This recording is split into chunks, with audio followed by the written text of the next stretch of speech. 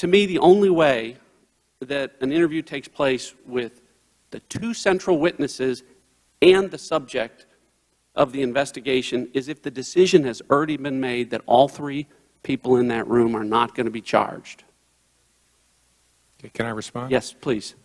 I know in our political life sometimes people casually accuse each other of being dishonest, but if colleagues of ours believe I am lying about when I made this decision, please urge them to contact me privately so we can have a conversation about this. All I can do is tell you again, the decision was made after that because I didn't know what was going to happen in that interview. She maybe lied during the interview in a way we could prove. Let me finish. I would also urge you to tell me what tools we have as prosecutors and investigators to kick out of an interview someone that the subject says is their lawyer. That's not my point. The interview never should have taken place if you were going to allow the central witnesses that you needed to prove the case to sit there and listen to the testimony that the subject was going to give. It never happens. It never happened to you, and it's never happened to me or any other prosecutor that I met. And I know you've defended the people that were involved in this as being great, but if it's never happened, I wonder why this is a case of first precedent with respect to that practice that you and I have never seen in our careers. You and I don't control the universe of what's happened. I suspect it's very unusual.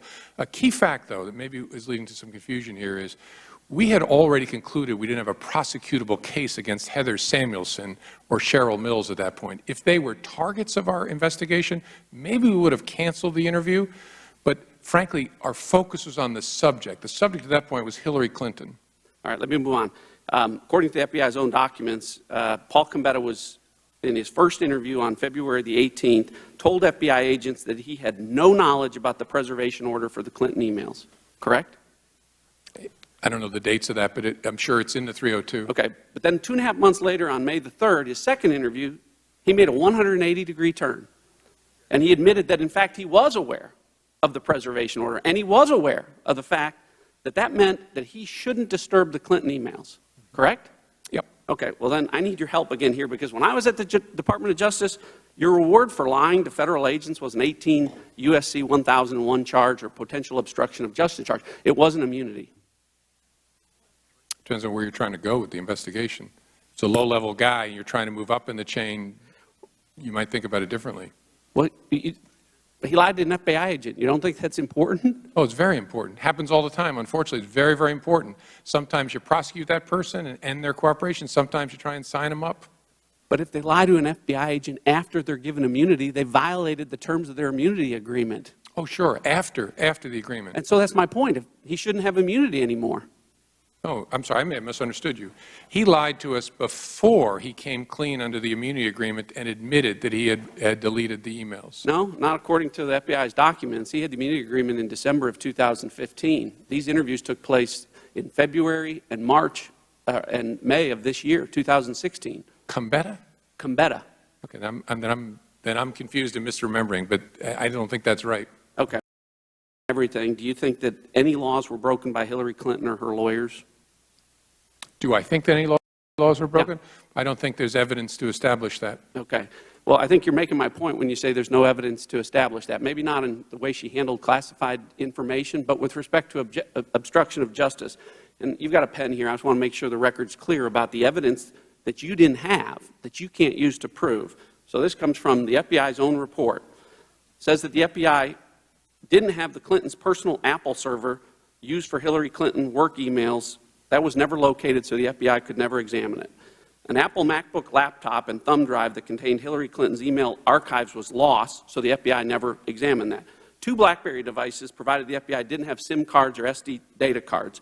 13 Hillary Clinton personal mobile devices were lost, discarded, or destroyed with a hammer, so the FBI clearly didn't examine those. Various server backups were deleted over time, so the FBI didn't examine that. After the State Department and my colleague, Mr. Gowdy, here notified Ms. Clinton that her records would be sought by the Benghazi Committee, copies of her emails on the laptops of both of her lawyers, Cheryl Mills and Harold Mills, and Heather Samuelson, were wiped clean with bleach bits, so the FBI didn't review that. After those emails were subpoenaed, Hillary Clinton's email archive was also permanently deleted from the Platte River Network with bleach bit, so the FBI didn't review that. And also after the subpoena, backups of the Platte River server were manually deleted. Now, Director, hopefully that list is substantially accurate because it comes from your own documents. My question to you is this: any one of those in that very, very long list to me says obstruction of justice. Collectively, they scream obstruction of justice, and to ignore them, I think, really allows not just reasonable prosecutors, but reasonable people to believe that maybe the decision on this was made a long time ago not to prosecute Hillary Clinton. These individuals destroyed documents pursuant, or took it out of federal custody pursuant to our subpoena and our discovery. As a result, they committed crimes. My question to you is, when I was a chairman and I wanted to grant immunity to somebody, I had to go notice the Department of Justice, and you were consulted. Isn't that correct? In a particular matter? In any matter. I don't know whether the FBI is consulted in that circumstance. Okay. For the record, yes. The Department of Justice does not grant immunity without checking with federal law enforcement to see whether it will impact any ongoing investigation. That's the reason we have a requirement to give notice. When the reverse was occurring, you were granting, handing out like candy, according to some, immunity. Did you, or to your knowledge, Department of Justice, confer with Chairman Goodlatte, Chairman Chaffetz, Chairman Smith, or any of the other chairmen who had ongoing subpoenas and investigations? Not to my knowledge. So isn't there a double standard that when you granted immunity to these 5 individuals, you took them out of the reach of prosecution for crimes committed related to destruction of documents or withholding or other crimes pursuant to congressional subpoenas? I don't think anybody was given transactional immunity. Oh, really? Now, we have not allowed to make your immunities public, but I'm going to take the privilege of making one part of it public. I read them. You gave immunity from destruction to both of those attorneys, not just turning them over, the documents over, specifically destruction. You did the same thing with these other 2 individuals, Brian and Paul Cabetta. You gave them immunity from destruction. Director, in your opening comments, you said this was an unusual case. I would say that's the understatement of the year. Husband of the subject meets with the Attorney General 3 days before Secretary Clinton is interviewed by the FBI. 9 people get to sit in with Secretary Clinton during that interview. One of those was her Chief of Staff, Cheryl Mills, who was the subject of the investigation. 5 people get some kind of immunity. 5 people get some kind of immunity, yet no one is prosecuted. 3 of those people who get immunity take the 5th in front of Congress, and one of them doesn't even bother to show up when he's subpoenaed. Supposed to have been at that very chair you're sitting at. And of course, the Attorney General announces that she's going to follow your recommendations, even though she doesn't know what those recommendations are, the only time she's ever done that. So of course this was unusual. We've never seen anything like this, which sort of brings me to the post. I'd like to put up the post that some have talked about, which is the post by Mr. Gowdy on Reddit. And you said earlier that you don't know if you examined this during your investigation, so let's examine it now. I need to strip out a VIP's address from a bunch of archived email. Basically, they don't want the VIP's email address exposed to anyone. Now, Director, when I hear the term strip out email address, I think of somebody's trying to hide something, somebody's trying to cover up something, and it sort of raises an important question from these 2 sentences. Who's the they who wants something hid, and who's the VIP who also wants something hid? Director Comey, is it likely the VIP well, actually not just a VIP, it's a very, very important person according to Mr. Gowdy. Is it likely that that person is Secretary Clinton? Yes, sure. Okay, and is it also likely that the they refers to her Secretary Clinton's staff and specifically Cheryl Mills? I don't know that. Either her lawyers or some staff that had tasked him with the production. So one other thing that's important on that, if we could put that back up, one other thing that's important is the date. The date at the top says July 24th, 2014. So whenever I see a date, I'm sure you do the same thing, I always look at what's happening about that same time frame, what may have happened directly before that, and maybe directly after that. So I went back to your reports that you guys had given to us. The first report back last month, August 18th, 2016, page 15. On page 15 it says, during the summer of 2014, State Department indicated to Cheryl Mills a request for Clinton's work-related emails would be forthcoming. State Department gives Cheryl Mills a heads up that she's got to go round up all of Secretary Clinton's email. On that same page it says the House Select Committee on Benghazi had reached an agreement with the State Department regarding production of documents on July 23rd, 2014, just the day before, which I find kind of interesting. Then from your report that we got just last week, After reviewing several documents dated in and around July 23, 2014, Paul Combetta had a conversation with Cheryl Mills. And after reviewing a July 24th, there's that date again, 2014 email from Brian Pagliano, Paul Combetta explained Cheryl Mills was concerned Clinton's then current email address would be disclosed publicly.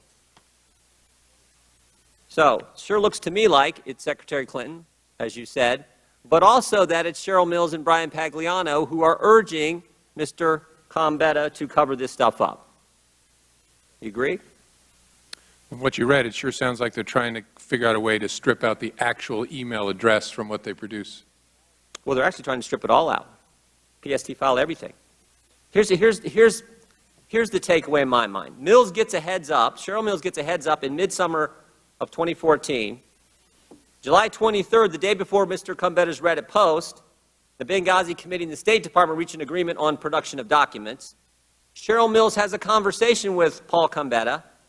He goes on Reddit then and tries to figure out how he can get rid of all this email. Even though he's not successful then, he has to do it later down the road with BleachBit. And then the clincher. The clincher. Just last week, he's going online and trying to delete these Reddit posts. He's trying to cover up his tracks. He's trying to cover up the cover-up.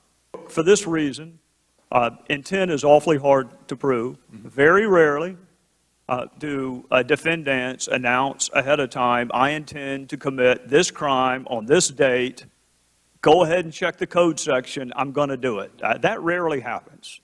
So you have to prove it by circumstantial evidence, such as whether or not the person intended to set up an email system outside the State Department, such as whether or not the person knew or should have known that his or her job involved handling classified information, whether or not the person was truthful about the use of multiple devices, whether or not the person knew that a frequent emailer to her had been hacked, and whether she took any remedial steps after being put on notice that your email or someone who's been emailing with you prolifically had been hacked. And whether or not, and I think you would agree with this, Director, false exculpatory statements are gold in a courtroom. I would rather have a false exculpatory statement than a confession. I would rather have someone lie about something and it be provable that that is a lie, such as that I neither sent nor received classified information, such as that I turned over all of my work-related emails. All of that, to me, goes to the issue of intent. So I got two more questions, then I'm going to be out of time. For those who may have to prosecute these cases in the future, what would she have had to do to warrant your recommendation of a prosecution? If all of that was not enough, because all of that's what she did, if all of that's not enough, I mean, surely you cannot be arguing that you have to have an intent to harm the United States to be subject to this prosecution. I mean, that's treason. That's not a violation of this statute. No, I think we'd have to be able to prove beyond a reasonable doubt a general awareness of the unlawfulness of your conduct. You knew you were doing something you shouldn't do. And then, obviously that's on the face of the statute itself, then you need to consider, so who else has been prosecuted and what circumstances, because it's all about prosecutorial judgment. But those two things would be the key questions. Can you prove that the person knew they were doing something they shouldn't do, a general criminal intent, general mens rea, But the way to treated other people similarly? The way to prove that is whether or not someone took steps to conceal or destroy what they've done. That is the best evidence you have, that they knew it was wrong, that they lied about it. It's very good evidence. Always want to look at what the subject said about their conduct. Well, and there's a lot. There's a lot. If you saw her initial press conference, it all falls under the heading of false exculpatory statement. I'm out of time, Mr. Chairman, but the director did. You started off by giving us examples of things the Bureau has done. And every one of us who's worked with the FBI, that is the FBI that I know. The one that went and saved that girl in North Carolina, that is the FBI that I know.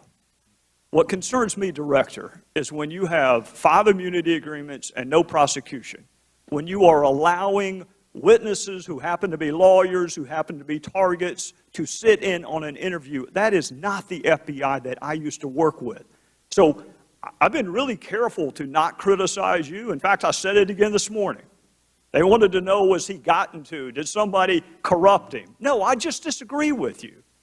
But it's really important to me that the FBI be respected. And you got to help us understand. Because it looks to me like some things were done differently that I don't recall being done back when I used to work with them. And with that, I would yield back to the chairman. Was this not a conscious effort to alter federal records? I mean, the proximity to the date is just stunning. I'm sorry, what's the question? How is this not a conscious effort to alter a federal record? Well, it depended on what the record was and exactly what he was trying to do, and whether there would be disclosure to the people they were producing it to, saying we changed this for privacy purposes. I just don't know sitting here. These are documents that were under subpoena. These federal records were under subpoena. They were under a preservation order. Did Mr. Gambetta destroy documents? I don't know whether that was true in July of 2014. They were under subpoena. Did he ultimately destroy federal records, Mr. Gambetta? Oh, I have no reason to believe he destroyed federal records. He used bleach bit, did he not? Yeah, the question is what was already produced before he used the bleach bit. He definitely, the reason he wanted immunity was he had done the bleach bit business after there was publicity about the demand from Congress for the records. That's a potential. And not just publicity, there was a subpoena. Right, that's potential. And there was communication from Cheryl Mills that there was a preservation order, correct? Yes. And he did indeed use bleach bit on these records. Sure. That's why the guy wouldn't talk to us without immunity. And so when you got immunity, what did you learn? We learned that no one had directed him to do that he had done it. You really think that he just did this by himself? I think his account, again, I never affirmatively believe anybody except my wife, but the question is, do I have evidence to disbelieve him? And I don't. His account is credible, that he was told to do it in 2014, screwed up and didn't do it, panicked when he realized he hadn't, and then raced back in and did it after Congress asked for the records and the New York Times wrote about them. That was his SHIT moment. And that was credible. Again, I don't believe people, but we did not have evidence to disbelieve that and establish someone told him to do that. No email, no phone call, nothing. The hope was, if he had been told to do that, that'd be a great piece of evidence. If we give him immunity, maybe he'll tell us, so-and-so told me to, so-and-so asked me to, and then we're working up the chain. But he did indeed destroy federal records, and he was told at some point to do this, correct? Who told him to do that initially? When he was supposed to do it in December, and he didn't do it. Who told him to do that? One of Secretary Clinton's staff members, I can't remember sitting here, we know that. One of her lawyers might have been Cheryl Mills. Someone on the team said, we don't need those emails anymore, get rid of the archive file. This is what's unbelievable about this, because there's classified information, there are federal records that were indeed destroyed. And that's just the fact pattern. Let's go back to this. Here's the other thing that I draw to your attention that is new. September 15th of this year, I issued a subpoena from the Oversight and Government Reform Committee. On these Reddit posts, 4 days later, they were destroyed or taken down. They were deleted. I would hope the FBI would take that into consideration. Again, we're trying under a properly issued subpoena to get to this information. Let's go to Heather Mills real quick. How does in the 2016 interview with Cheryl Mills, she says, quote, Mills did not learn, in the interview report, the interview summary from the FBI, Mills did not learn Clinton was using a private email server until after Clinton's tenure. Back, also, you have this interview with Mr. Pagliano, who said he approached, quote, Pagliano then approached Cheryl Mills in her office and relayed a State Department employee's concerns regarding federal records retention and the use of a private server. Pagliano remembers Mills replying that former secretaries of state had done similar things, to include Colin Powell. It goes then on to a page 10, and this is what I don't understand. The FBI writes, Clinton's immediate aides, to include Mills, Aberdeen, Sullivan, and a redacted name, told the FBI they were unaware of the existence of a private server until after Clinton's tenure at State or when it became public knowledge. But if you look back at the email from Heather Mills, if you go back to 2010, this is to Justin Cooper, okay? Mills to Cooper, who does not, he works for Clinton's. He doesn't work for the State Department. FYI, HRC email coming back. Is server okay? Cooper writes back, you are funny. We're on the same server. She knew there was a server. When there was a problem with Hillary Rodham Clinton's emails, what did they do? She called the person who has no background in this, who's not a State Department employee, no security clearance, and then tells the FBI, well, I never knew about that. But there's direct evidence that contradicts this. How do you come to that conclusion and write that in the summary statement that she had no knowledge of this? That's a question? Yes. The time of the gentleman has expired, but the director will answer the question. I don't remember exactly sitting here. Having done many investigations myself, there's always conflicting recollections of facts, some of which are central, some of which are peripheral. I don't remember sitting here about that one. But a majority of the American people have come to the conclusion that Hillary Clinton is not honest and cannot be trusted. It's about 2 to 1 who say that she's dishonest. In the latest Quinnipiac poll, for example, the question being, would you say that Hillary Clinton is honest or not? 65% said no, and only 32% said yes, she is honest. Republicans and Democrats, not surprisingly, were overwhelmingly one way or the other, but independents, 80% of them said nope, she's not honest, and only 19% of them said she is. So